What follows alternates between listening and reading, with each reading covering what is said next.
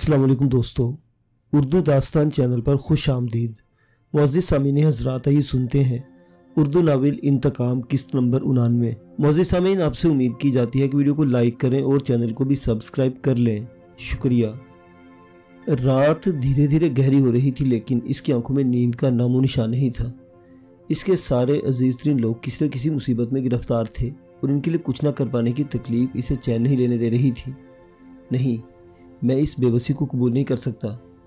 वो टहलते टहलते रुका और हतमी फैसले पर पहुंचते अपने कमरे से निकलकर काले खान के कमरे की तरफ बढ़ा। खैरियत, कोई मसला है? इसकी दस्तक के जवाब में काले खान जमाइयाँ लेता हुआ बाहर आया और तशवीश से पूछा, मुझे कुछ चीज़ों की ज़रूरत है। इस वक्त वो हैरान हुआ। आम सी चीज़ें यकीनन घर में ही मौजूद होंगी, लेकिन इतनी इमरजेंसी में? काले खान उलझा हुआ था।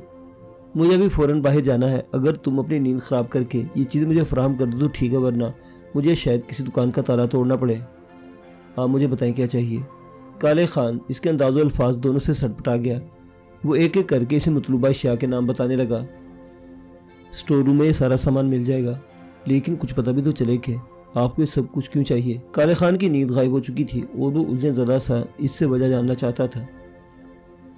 ताहम वो अपनी जगह साकिन नहीं रहा था और इसे अपने साथ लिए उसी और इस घर के एक गोशे की तरफ बढ़ता जा रहा था। मैं किसी मौजे के इंतज़ार में हाथ पर हाथ धरकर नहीं बैठ सकता। मुझे किसी न किसी तौर आलम तक रसाई चाहिए और इसके मुझे एक रास्ता दिखाई दे गया है। कैसा रास्ता? काले खान स्टोर रूम की लाइट जलाते हुए ठिठका। मुझे अब इन दुश्मनों के हलक से सच चुगवाना है जिन्होंने मुझे इस अजाब में डाला है। मुझे लगता है आप खुद को किसी बहुत बड़े ख़तरे में डालने जा रहे हैं। काले खान के हाथ इसकी मतलूबा अशिया एक थैले में मुंतकिल कर रहे थे, लेकिन जहनी तौर पर वो इसे किसी कार्रवाई के लिए भेजने के लिए तैयार नहीं था। खुद को ख़तरे में डाले बगैर कोई मसला हल नहीं हो सकता। अगर मैं इसी तरह यहाँ अपनी जान बचाए बैठा रहा तो आने वाले वक्त में मैं ज़िंदा रहना मेरे लिए महज शर्मिंदगी बन जाएगी। इसके तासुरात से जाहिर था कि वो रोके से भी नहीं रुकेगा। क्या मैं आपके साथ चलूँ? नहीं, मैं नहीं चाहता कि मेरी वजह से कोई राधा देवी तक रसाई हासिल करे और मेरी मोहसिना मुश्किल में पड़ जाए। कोई अपसेट हो गया तो तुम्हारी मौजूदगी की वजह से ही ऐसा होगा। इसकी दलील ऐसी थी कि काले खान मजीद इसरार नहीं कर सका। कुछ तो बताकर जाएं कि खुदा न खास्ता अगर आप वापस नहीं आए तो आपको कहाँ पता किया जाए। वो अपने मतलूबा सामान समेत रवानगी के लिए बाइक पर सवार हो रहा था तो काले खान ने इसे पूछा, मैं वापस ना आ सकूँ तो मुझे भूल जाना। इसने अजीब से लहजे में जवाब दिया और बाइक को किक लगाई। गेट पर मुतय्यन गार्ड ने हस्ब हदायत गेट खोल दिया। वो फुल स्पीड में बाइक दौड़ाता हुआ शहर के उस हिस्से की तरफ बढ़ता चला गया जहाँ एक घर में सपाश को जाता हुआ देखा था। उमरा की इस बस्ती में दाखिल होते ही वो बेहद मोहतात हो गया। इसे मालूम था कि इन इलाकों में रातों को पहरेदार भी घूमते हैं और घरों के अंदर जाबजा CCTV कैमरों का एहतमाम किया जाता है। एहतियात का दामन थामे रखने के बायस वो पहरेदारों की नज़रों में आए बगैर अपने मतलूबा मकान तक पहुँचने में कामयाब हो गया, लेकिन फौरी तौर पर इसका रुख करने के बजाय इसके सामने से गुजरता चला गया और फिर चक्कर काट कर अकबी जानिब से होता हुआ बगली गली में घुस गया। ये दो घरों के दरमियान एक पतली सी गली थी जहाँ रोशनी का कोई एहतमाम नहीं किया गया था, लेकिन इधर उधर जलती रोशनियों की थोड़ी बहुत रसाई की वजह से घूप अंधेरे वाली सूरत हाल नहीं थी और वो बसारत पर ज़रा सा जोर डालकर वहाँ लगे नबातात को देख सकता था। ये छोटी कामत के आराइशी पौधे और बेलें वगैरह थी जिनके ज़रिए इसे बुलंद दीवार तक पहुँचने में कोई मदद नहीं मिल सकती थी। इसके पास इसका अपना प्लान मौजूद था, इसलिए इसे ऐसी कोई मदद चाहिए भी नहीं थी। बाइक को घर की दीवार के साथ खड़ा करके इसने अपनी पूंछ पर मौजूद छोटे से बैग में से कुछ सामान निकाला और ख़ुद बाइक की सीट पर चढ़कर खड़ा हो गया। बाइक की चंद फीट की ऊंचाई इसकी अच्छी कामत के साथ मिली तो दीवार की बुलंदी तक रसाई आसान हो गई। इसने हाथ में मौजूद टेस्टर को दीवार पर बिछी खारदार तारों से छुआ और अपने अंदाजे की तस्दीक में मुस्कुराया। तार में बरकीरों मौजूद थी, लेकिन इसके लिए इसे मुनक़ते करना कोई बड़ा मसला नहीं था। हकीकतन वो आज इन्हीं के खिलाफ अपनी सलाहियतों का इजहार करने जा रहा था जिन्होंने इसे सब कुछ सिखाया था। ज़रा सी देर की जद्दोजहद से वो अपने मकसद में कामयाब रहा। बरक़ी रो मुनक़ते करने और तार को कटर से काटने के मराहिल इसने बहुत तेज़ी से तय किए और उचक दीवार पर चढ़ गया। चार दीवारी के अंदर किसी किस्म की चहल पहल महसूस नहीं हो रही थी, लेकिन मकान के किसी हिस्से से कुत्ते के भौंकने की आवाज़ सुनाई दे रही थी। इसे खुद भी कुत्ते की मौजूदगी का खदशा था, इसलिए प्लास्टिक में लिपटा हुआ गोश्त का ऐसा टुकड़ा जिस पर नशावर दवा का छिड़काव किया गया था अपने साथ देकर आया था। लेकिन यकीन से नहीं कहा जा सकता था कि कुत्ता गोश्त के इस टुकड़े को खा लेगा। बेहतरीन तरबियत याफ्ता कुत्ते इस झांसे में आने से भी बच जाते थे। अगर यहाँ भी ऐसा ही होता तो कुत्ते के मुकद्दर में साइलेंसर लगे पिस्टल की गोली आती। आज वो जिस मूड में था इसने रहमदिली की सिफत को अच्छी खासियत तक सुला दिया था। 1 2 3। जरा सी देर में दीवार की मुंडेर पर ठहरकर इर्द गिर्द का जायजा लेने के बाद इसने बेआवाज गिनती गिनी और नीचे कूद गया। किसी बिल्ली की तरह पंजों के बल लगाई गई इस छलांग के नतीजे में बहुत मामूली धमक पैदा हुई थी। फिर भी एहतियात के पेश नज़र रेंगता हुआ इन 2 बड़े गमलों की आड़ में हो गया था जो साथ साथ रखे थे और इनमें छतरी जैसा फैलाव रखने वाले अनजान पौधे लगे हुए थे। इन गमलों की आड़ में छुपा भी इर्द गिर्द की सुनगुन ले रहा था कि कभी जानिब से इस तरफ आती कदमों की चाप ने इसकी तेज़ हिस्सियात को अपनी तरफ मुतवज्जो कर लिया। ये दौड़ते कदमों की चाप नहीं थी, बस ऐसा लगता था कि कोई शख्स पूरे इत्मीनान से टहलने के अंदाज में इस तरफ बढ़ता चला रहा है। शायद वो रूटीन के रौंड पर था। देख बे शेरू, तू तो है ही कुत्ता, इसलिए तुझे शेरू नाम रखे जाने के बावजूद इस बात पर कोई एतराज़ नहीं होगा कि तुझसे ये कुत्तों वाली ड्यूटी ली जा रही है। लेकिन मुझे यानी टाइगर को ये कुत्ते की तरह रात भर चकराते फिरना बिल्कुल अच्छा नहीं लगता। तू कान खोलकर सुन कि मुझे अच्छी पार्टी मिल गई तो मैं एक दिन तेरे साहिब के पास से फुर हो जाना है। कदमों की चाप के साथ साथ अब बोलने की आवाज़ भी आ रही थी और बोलने वाले के लबो लहजे से जाहिर था कि वो पीकर कदरे बहक चुका है। ले भाई, लगता है तुझे मेरे जाने की बात बुरी लग गई है जो यूं अड़कर खड़ा हो गया है। पर टाइगर बोलता है कि एकदम सच, अब चाहे किसी को अच्छी लगे या बुरी।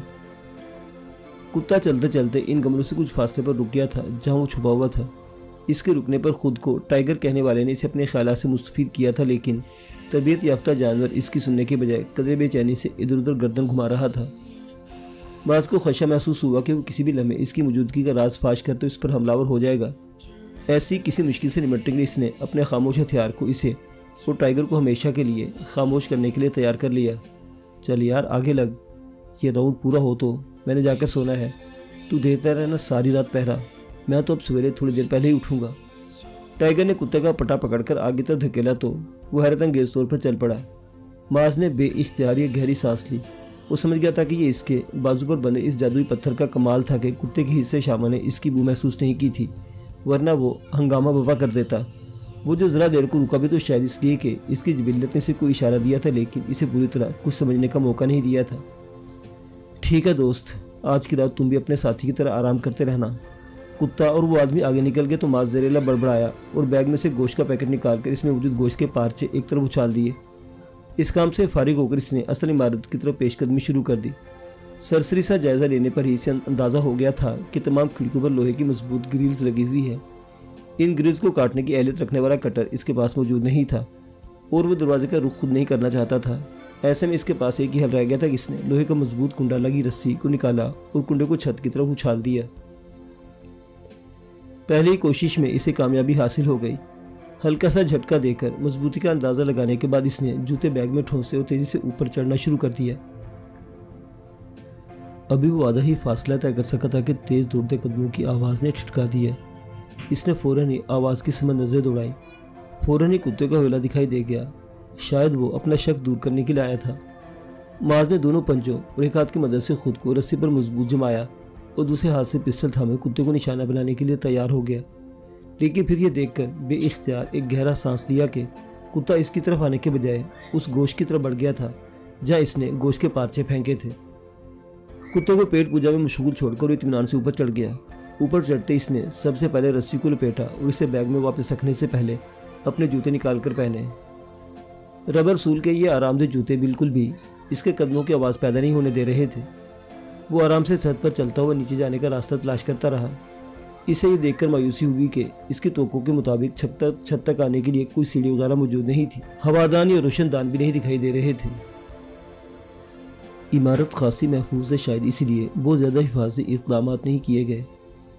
इस सूरत हाल को देखकर वो धीरे से बड़बड़ाया, लेकिन अपनी तलाश को तर्क नहीं किया और आखिरकार इसे कामयाबी हासिल हो ही गई। वो पुराने अंदाज की एक चिमनी थी जिसे वो पता नहीं क्यों पहले नज़रअंदाज कर गया था। जदीद मकानात में इस तरह की चिमनियों का बिल्कुल भी रिवाज नहीं था और वो जिस मकान की छत पर मौजूद था वो तो बहुत ही ज़्यादा नया नकोर महसूस हो रहा था। चल भाई माज, तैयार हो जा इस चिमनी में उतरने के लिए, इसने खुद से कहा और पेंसिल टॉर्च निकाल कर इस चिमनी का जायज़ा लेने लगा। जायज़ा लेते हुए देखकर ठिठक गया कि वहाँ भी खारदार तारों का गुच्छा सा मौजूद था। चेक करने पर बर की रो की भी तस्दीक हो गई। अनजाने में कोई इंसान तो क्या, अगर कोई जानवर इस चिमनी के रास्ते इमारत में दाखिल होने की कोशिश करता तो बदतरीन इंजाम से दो चार हो जाता। बैरूनी दीवार की तारों की तरह इसने भी इन तारों को नकारा बनाया और फिर इन्हें वहाँ से हटाकर नीचे उतरने की तैयारी करने लगा। इस मरहले पर इसे एक बार फिर लोहे के कुंडे वाली रस्सी को अपने बैग से निकालना पड़ा। कुंडे को मुनासिब मुकाम पर अटकाकर इसने रस्सी का दूसरा सिरा अपनी कमर से बांधा और धीरे धीरे चिमनी में बिल्कुल नीचे की तरफ सिरकना शुरू कर दिया। वो कोई बहुत ही कुशादा चिमनी नहीं थी, लेकिन इतना ज़रूर था कि वो इसमें से गुजर पा रहा था। आखिरकार इसके कदमों ने ज़मीन को छू लिया, लेकिन सुनाई देने वाली आवाज़ इसे फौरी तौर पर बाहर नहीं निकलने दिया। वो किसी औरत की लोचदार आवाज़ थी जो नहायत रोमानवी लहजे में कह रही थी, मुझे गर्व है डार्लिंग कि तुम मुझे इतना चाहते हो। मेरे लिए तुम्हारा बनाया गया ये मकान मुझे ताजमहल से भी ज़्यादा कीमती लगता है। अब ऐसा भी ना को स्वीटी, कहाँ ताजमहल और कहाँ ये मामूली मकान। मर्द की आवाज़ पहचानने में से कोई मुश्किल पेश नहीं आई। वो 100% सुभाष था। मेरे नज़दीक ये मकान ज़्यादा कीमती है, क्योंकि इसे मुझे दफन करने के लिए नहीं बल्कि मेरी पसंद के अनुसार मेरे राज करने के लिए बनाया गया है। औरत की दी गई दलील ने इस पर इंकिशाफ किया कि वो इस वक्त तंजीम के मकासद के इस्तेमाल होने वाली किसी इमारत के बजाय सुभाष की ज़ाती रहायशगाह पर मौजूद है। शायद इसीलिए वहाँ हिफाजती इक़दाम भी कदरे कम थे। तुम मन की रानी हो, इतना तो तुम्हारा अधिकार बनता ही है। अमूमन संजीदा रहने वाला सुभाष इस वक्त बड़े खुशगवार मूड में था। अगले पल उभरने वाली कुछ सुरीली और नाजभरी सरगोशियों से इसे अंदाज़ा हुआ कि वो औरत के साथ कुछ रोमानवी कार्रवाई में मसरूफ़ हो गया है। बाहर निकलने के इस मौका को गनीमत जान को अपनी जगह से हरकत में आया। वो जिस मुकाम से निकलकर कमरे के अंदर दरामद हुआ वो हकीकतन एक बड़ा और खूबसूरत आतिशदान था, जो यकीनन सुभाष ने अपनी पत्नी या महबूबा जो भी औरत इसकी लगती थी इसकी फरमाइश पर बनवाया था। लेकिन इसकी हालत से ज़ाहिर था कि इसे अभी तक इस्तेमाल करने की नौबत नहीं आई थी।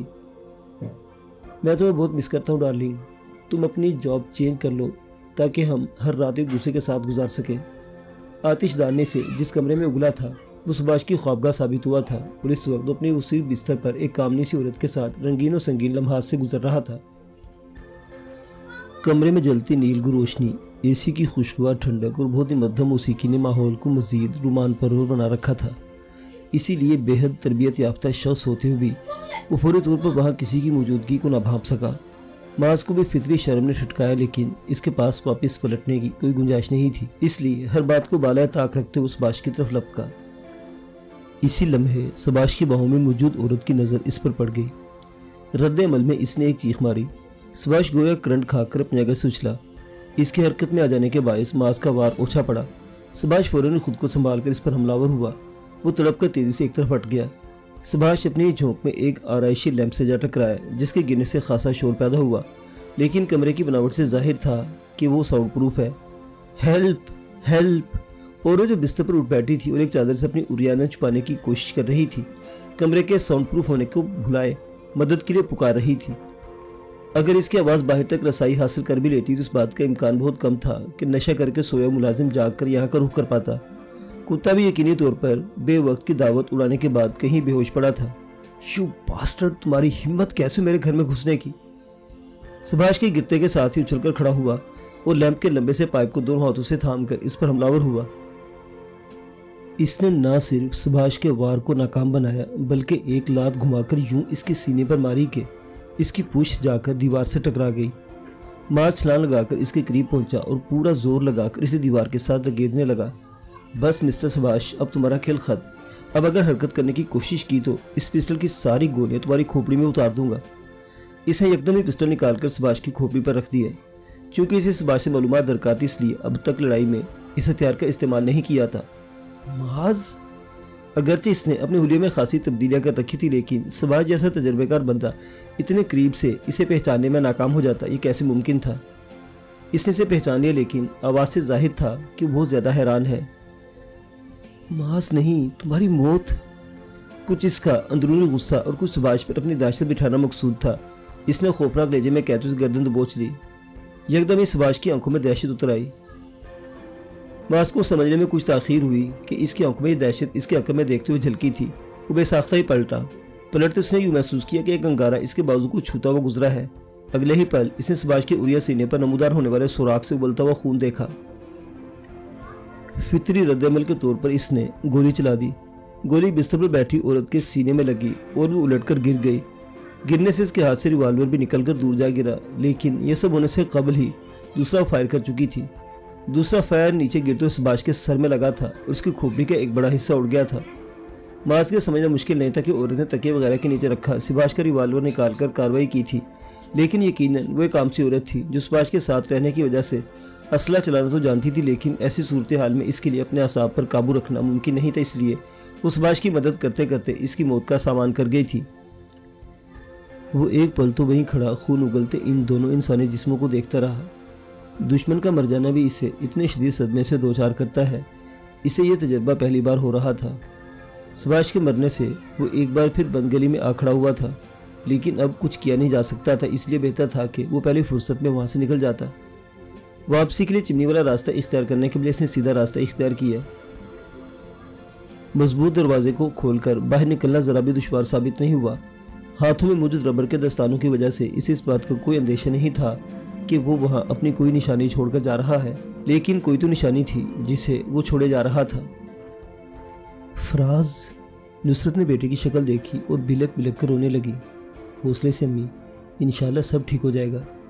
इसने इन्हें सीने से लगाकर तसल्ली दी, लेकिन खुद इसके दिल पर जो गुजर रही थी बस वही जानता था। कैसी है मेरी बच्ची? डॉक्टर्स मुझे इसके पास क्यों नहीं जाने दे रहे? वो माँ थी, तसल्ली के चंद बोलों से कैसे बहल जाती। अभी ट्रीटमेंट चल रहा है, हालत भी स्टेबल होने लगी है। कुछ और समझ जाए तो इसे रूम में शिफ्ट कर देंगे, फिर आप इसे देख लीजिएगा। कहने को वो इन्हें तसल्लियाँ दे रहा था, लेकिन अंदर ही अंदर इस लम्हे से काँप रहा था जब इसकी माँ अपनी अजीज बेटी का चेहरा देखती। इस बेटी का चेहरा जिसके बेमिसाल हुस्न को एक दुनिया सराहती थी, जिसको देखने वाली नज़रें वापस पलटना भूल जाती थी। वो कैसे ने बताता कि वो हुस्न बेमिसाल इस तरह दागदार हुआ है कि इसे नज़र भर कर देखा भी नहीं जा सकता। वो मर्द होकर नहीं देख सका था, और यही वजह थी कि इसने खुद डॉक्टर से कहकर शोबे से मिलने पर पाबंदी आयद करवा दी थी। इसे माँ को ज़हनी तौर पर तैयार करने के लिए कुछ मोहलत चाहिए थी। कौन थे वो जालिम जो मेरी फूल जैसी बच्ची पर ऐसा सितम तोड़ गए? इस मासूम ने तो कभी किसी का बुरा नहीं किया था। नुसरत के आंसू किसी तो रुकने का नाम नहीं ले रहे थे। पुलिस तफ्तीश कर रही है, हो सकता है कुछ मालूम हो जाए, इसने खोखले से लहजे में जवाब दिया। दरअसल माँ के इस सवाल के साथ ही इसे पुलिस वालों का रवैया याद आ गया था। वो लोग कोई मौसर कार्रवाई करने के बजाय वही विक्टिम ब्लेमिंग का गंदा खेल खेल रहे थे। बहन का किसी से अफेयर तो नहीं था, किसी पुराने आशिक या साबिका मंगेतर ने तो कार्रवाई नहीं की है, रकाबत का कोई चक्कर तो नहीं था, कोई खानदानी दुश्मनी। ऐसे ऐसे सवालात थे जिनके जवाब देते इसका खून खोलने लगा था। पुलिस वालों के साथ साथ सहाफ़ियों ने भी इस कार्य खैर में खूब हिस्सा लिया था, और वो रद्द-ए-अमल में ये बमुश्किल अपने लबों पर गाली आने से रोक सका था। इसकी हसीन, ज़हीन और नेक फितरत बहन, जिसकी खूबियों का एक ज़माना मोतरफ था, खामखा के शकूक की जद में आ गई थी। किसी को एहसास नहीं था कि वो किस शदीद अजियत में मुब्तला थी। सब बस एक अदद कहानी की तलाश में थे। इसका चेहरा ज़्यादा तो नहीं झुलसाना? नुसरत के दिल में ढेरों अंदेशे थे, इसलिए लब सवाल से रुकते ही नहीं थे। वो अपने हाथ सामने ले आई थी, इसलिए एक साइड बच गई। फराज ने बताया, लेकिन यह न बता सका कि इसका आधा चेहरा, गर्दन और दोनों हाथ बुरी तरह झुलस गए हैं। अल्लाह गारत करे इन बेरहमों को जिन्होंने मेरी बच्ची के साथ ऐसा सलूक किया। एक बेबस माँ अपनी औलाद को तकलीफ देने वालों को बद्दुआ देने की सिवा क्या कर सकती थी? आप बस सोबी के लिए दुआ करें अम्मी, और ख़ुद अपने लिए अल्लाह से हौसला मांगे। आने वाले वक्त में हम सबको मिलकर इसे संभालना होगा। इस तरह के हादसा से गुजरने वालों के लिए इनके अपनों की तवज्जो बहुत ज़रूरी होती है। वो ढके छुपे अल्फाज में माँ को आने वाले वक्त के लिए तैयार कर रहा था। वो जानता था कि प्लास्टिक सर्जरी की सूरत में भी सोबिया अब अपना पहले वाला हसीन चेहरा हासिल नहीं कर सकेगी, और ये चीज़ इसे डिप्रेशन में ले जा सकती थी। इसलिए बेहतर था कि वो लोग इसे संभालने के लिए पहले से तैयार हों। मेरी चांद सी बच्ची बस एक बार ठीक होकर घर वापस आ जाए, मैं इसे कहीं बाहर नहीं निकलने दूंगी। नहीं करवानी मुझसे इसे कोई डॉक्टरी वॉक्टरी, बस मेरे पास, मेरे करीब रहेगी वो हमेशा। नुसरत की सिसकियाँ इसके दिल को तड़पा रही थी। जो चाहे कीजिएगा, लेकिन फ़िलहाल तो खुद को संभाल ले। अगर आप इसी तरह रोती रही तो मैं आपको वापस घर छोड़ाऊँगा। नहीं, घर नहीं जाऊँगी मैं, वहाँ जाकर बेचैनी और बढ़ जाती है। यहाँ हूँ तो कम अज़ कम इतना तो इत्मीनान है कि अपनी बेटी से करीब हूँ। नुसरत इसकी धमकी सुनकर जल्दी से बोली और बेइख्तियारी अपने आंसू साफ करने लगी। बस तो फिर यहाँ बैठें और सोबी के लिए दुआएं करें। इसने निशानों से थाम कर कुर्सी पर बिठाया। मैं आपके लिए खाने को कुछ लाता हूँ, रहने दो, मेरा कुछ खाने पीने को दिल नहीं चाह रहा। उन्होंने इसे रोका। प्लीज़ अम्मी, ऐसे बीमार पड़ जाएंगी और आपको सोबी की तीमारदारी के लिए सेहतमंद रहना है। इसने इन्हें समझाया तो उन्होंने हथियार डालने वाले अंदाज में सर झुका लिया। वो इन्हें वहीं बैठा छोड़कर खुद अस्पताल की कैंटीन की तरफ बढ़ गया। कैंटीन से अम्मी के लिए जूस और सैंडविच लेकर निकल ही रहा था कि मोबाइल की घंटी बजने लगी। इसने देखा स्क्रीन पर कोई अजनबी नंबर आ रहा था। हेलो, इसने कॉल रिसीव की। डिस्टर्ब करने के लिए माफ़ी चाहता हूँ मिस्टर फराज। मुझे मालूम है कि तुम अस्पताल में हो, लेकिन तुमसे कुछ अहम बातें करना ज़रूरी है। दूसरी तरफ से सुनाई देने वाली आवाज़ इसके लिए कतई अजनबी थी। जो कहना है कहीं मैं सुन रहा हूँ। वह उस तून से टेक लगाकर खड़ा हो गया। बहुत दिन पहले तुम्हें खबरदार किया गया था कि हमारे हाथ बहुत लंबे हैं, लेकिन तुमने शायद ये बात अपने घर वालों को नहीं समझाई थी। कौन हो तुम? दूसरी तरफ से जो कहा गया इसने इसे ही जानज़दा कर दिया। तुम्हारी बहन समझती थी कि अस्पताल के नंबर पर मास की फैमिली से राब्ते में रहेगी और हमें इस बात का पता नहीं चलेगा। अब इस धोखे की सज़ा तो बनती थी ना। बहुत कमीने और बुज़दिल लोग हो तुम। हिम्मत है तो सामने आकर मुकाबला करो। फराज मिजाजन जज्बाती नहीं था, लेकिन इस वक्त ये जान करके उस शोबे को नुकसान पहुंचाने वालों में से एक से मुखातिब है, इसके लिए अपने गुस्से पर काबू रखना मुमकिन न रहा। ज़रूरत पड़ी तो हम ये भी कर लेंगे, लेकिन तुम इस गलत फहमी को अपने दिल से निकाल दो कि तुम हमारा मुकाबला कर सकते हो। हम चाहे तो हुकूमतों को गिरा दें, तुम जैसे तो कोई हैसियत ही नहीं रखते। दूसरी तरफ से सर्द लहजे में जो कहा गया इसे फराज ने पूरी राह से समझा और अपने लहजे को संभालते हुए बेबसी से बोला, मेरी बहन का जुर्म इतना बड़ा तो नहीं था कि इसकी ज़िंदगी यूँ बर्बाद कर दी जाती। मैं नहीं जानता कि वो मास की फैमिली से राब्ते में थी, लेकिन अगर ऐसा था तो ये फितरी सी बात थी। इनसे हमारा खूनी रिश्ता है और हम सब ही इन लोगों के लिए बहुत परेशान थे। अब तुम्हें इनके लिए परेशान होने की ज़रूरत नहीं। हमने तुम्हारा मसला हमेशा हमेशा के लिए हल कर दिया है।